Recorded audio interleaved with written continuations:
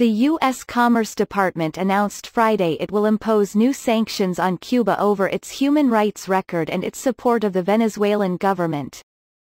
The Commerce Department took direct aim at Cuba's vital tourism industry by restricting airlines' ability to lease aircrafts.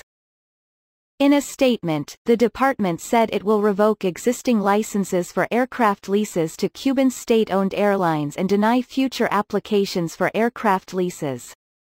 Cuba's cash-poor carriers depend on aircrafts rented from leasing companies or other airlines, Reuters reported. Additionally, the U.S. will expand sanctions to include more foreign goods that are made of U.S. content. This action by the Commerce Department sends another clear message to the Cuban regime that they must immediately cease their destructive behavior at home and abroad, Commerce Secretary Wilbur Ross said in the statement.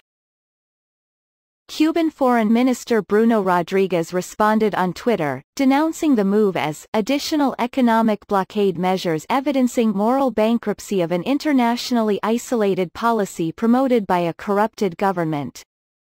In June, President Trump announced a ban on U.S. cruise ship stopovers, forcing Havana to cut its 2019 tourism target by 15%. Cuba, along with China and Russia, recognizes contested Venezuelan leader Nicolas Maduro, whereas the U.S. and more than 50 other countries do not. Under Maduro's regime, Venezuela has seen unprecedented economic turmoil that has forced more than 4 million to flee, according to the United Nations.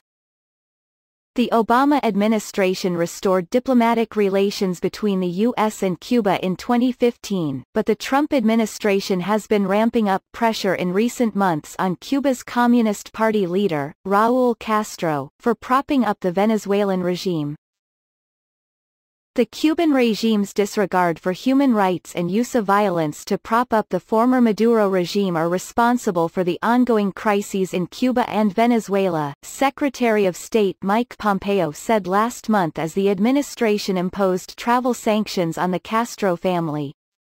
The U.S. government has said around 20,000 Cuban troops and agents have been working in Venezuela to protect Maduro's government.